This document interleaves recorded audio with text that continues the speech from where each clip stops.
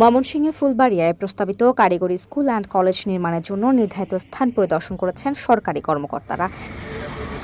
বৃহস্পতিবার সকালে উপজেলার চকরাধাকানাই ১১ মাইল এলাকায় ফুলবাড়িয়া ময়মনসিংহ সড়কের পাশে সম্ভাব্য নির্মাণস্থল পরিদর্শন করেন সংশ্লিষ্ট কর্মকর্তারা। এ সময় তারা স্থানটির ভৌগোলিক অবস্থা, যোগাযোগ ব্যবস্থা এবং অবকাঠামো নির্মাণের সম্ভাব্যতা যাচাই করেন। স্থানীয় নেতৃবৃন্দ জানান, ফুলবাড়িয়ার সংসদ সদস্য অধ্যক্ষ কামরুল হাসান মিলনের প্রস্তাবের ভিত্তিতে উপজেলায় একটি কারিগরি শিক্ষা প্রতিষ্ঠান স্থাপিত হতে যাচ্ছে।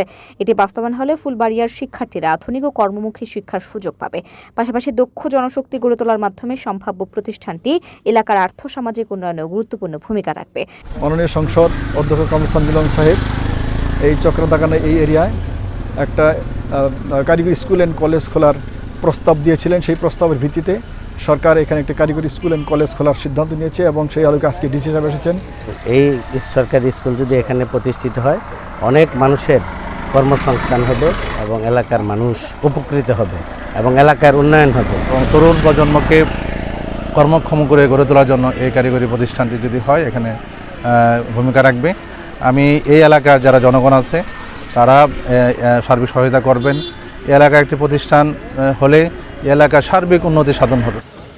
পরিদর্শনকালে উপস্থিত ছিলেন অতিরিক্ত জেলা প্রশাসক রাজস্ব আজিমউদ্দিন, উপজেলা নির্বাহী কর্মকর্তা শহীদুল ইসলাম সোহাগ ও সহকারী কমিশনার ভূমি শেখ তাকি তাজওয়ার সহ অন্যান্যরা।